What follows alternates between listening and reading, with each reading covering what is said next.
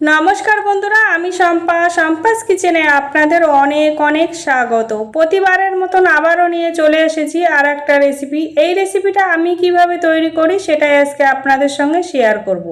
চলুন তাহলে দেখে নিই আমি এই রেসিপি কিভাবে তৈরি করছি। তার জন্য আমি নিয়ে নিয়েছি এখানে কুঁদরি। এখানে 500 গ্রাম কুঁদরি আছে। কুঁদরিটাকে আমি ভালো করে ধুয়ে আমি পরিষ্কার করে এইভাবে গোল গোল করে কেটে নিয়েছি। আর একটা ছোট সাইজের আলু এইভাবে ছোট ছোট করে চৌকো করে কেটে নিয়েছি। একটা কড়াই বসিয়ে দিয়ে গরম হয়ে গেলে দিয়ে দেব সরষের তেল।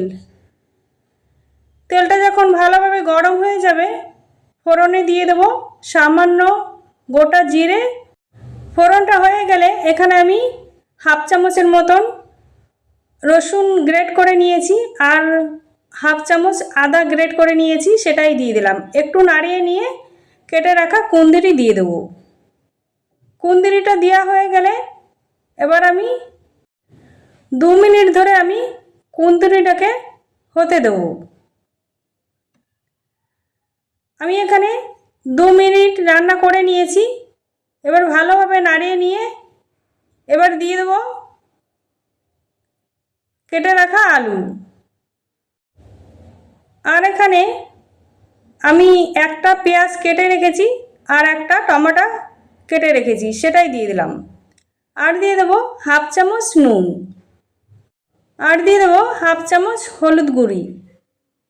আর এখানে ছোট চামচের হাফ চামচ দিয়ে দিলাম লঙ্কার গুঁড়ি। এখানে এটা ঝাল লঙ্কার গুঁড়ি। আর দিয়ে দিলাম হাফ চামচ জিরের গুঁড়ি। আর দুটো লঙ্কা আমি মাঝখান দিয়ে এইভাবে ফাটিয়ে দিয়ে দিয়েছি। দিয়ে ভালোভাবে আমি নাড়িয়ে নেব। ভালোভাবে এখানে 2 মিনিট ধরে রান্না করে নিতে হবে। আমি এখানে 2 মিনিট রান্না করে নিয়েছি। এবার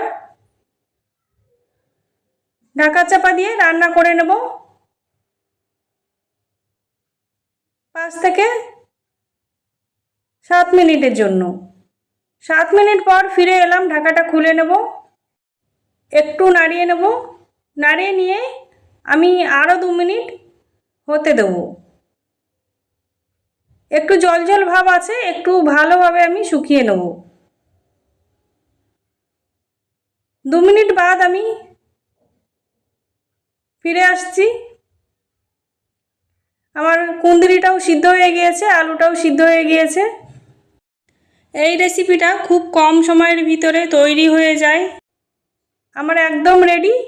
এবার আমি ঢেলে নেব। তৈরি হয়ে গেছে কুঁদরি আলুর রেসিপি। আমার এই ছোট্ট রেসিপি যদি আপনাদের ভালো লেগে থাকে লাইক কমেন্ট শেয়ার সাবস্ক্রাইব করে আমার পাশে থাকবেন। একবার হলে বন্ধুরা বাড়িতে এইভাবে বানিয়ে খাবেন। আশা করি গরম গরম ভাত কিংবা রুটি পরোটা সব কিছুর সঙ্গে খেতে অসাধারণ লাগবে। আজকে তাহলে এই পর্যন্ত। সবাই ভালো থাকবেন, সুস্থ থাকবেন। আবার চলে আসবো অন্য কোনো